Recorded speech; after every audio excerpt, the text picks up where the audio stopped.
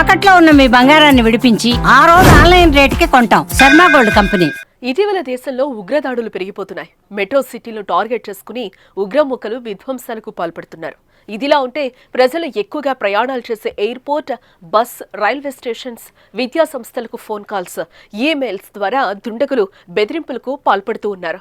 దీంతో పోలీసులు అలర్ట్ అయ్యి బాంబు స్క్వాడ్తో సంఘటనా స్థలానికి వెళ్లి చూడగా అంతా ఫేక్ అని తేలిపోతోంది. తాజాగా హైదరాబాద్ బేగంపేట విమానాశ్రయానికి బాంబు బెదిరింపులు రావడం ఇప్పుడు తీవ్ర కలకలం రేపింది. ఆగంతకులు మెయిల్ ద్వారా ఈ బెదిరింపులకు పాల్పడ్డారు.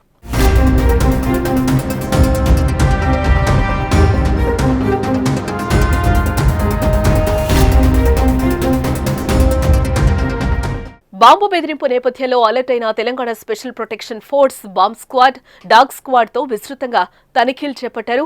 ఎయిర్పోర్టు ఉద్యోగులు, సిబ్బందిని బయటకు పంపించి క్షుణ్ణంగా తనిఖీలు చేపట్టారు. జాగిలాలు, బాంబు ఎక్స్ప్లోజివ్ ఎక్స్పర్ట్స్ బృందాలు ఎయిర్పోర్టును అణువణువునా గాలించారు.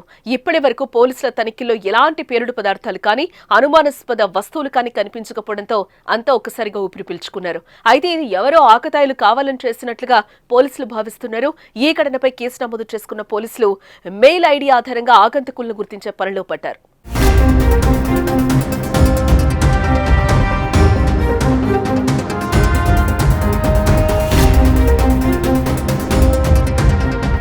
గత కొంతకాలంగా దేశంలో పలు సందర్భాల్లో కొంతమంది ఆగంతకులు, ఆకతాయిలు ఇలాంటి కాల్స్ చేస్తూ పోలీసులను, ప్రజలను కంగారు పెట్టించారు.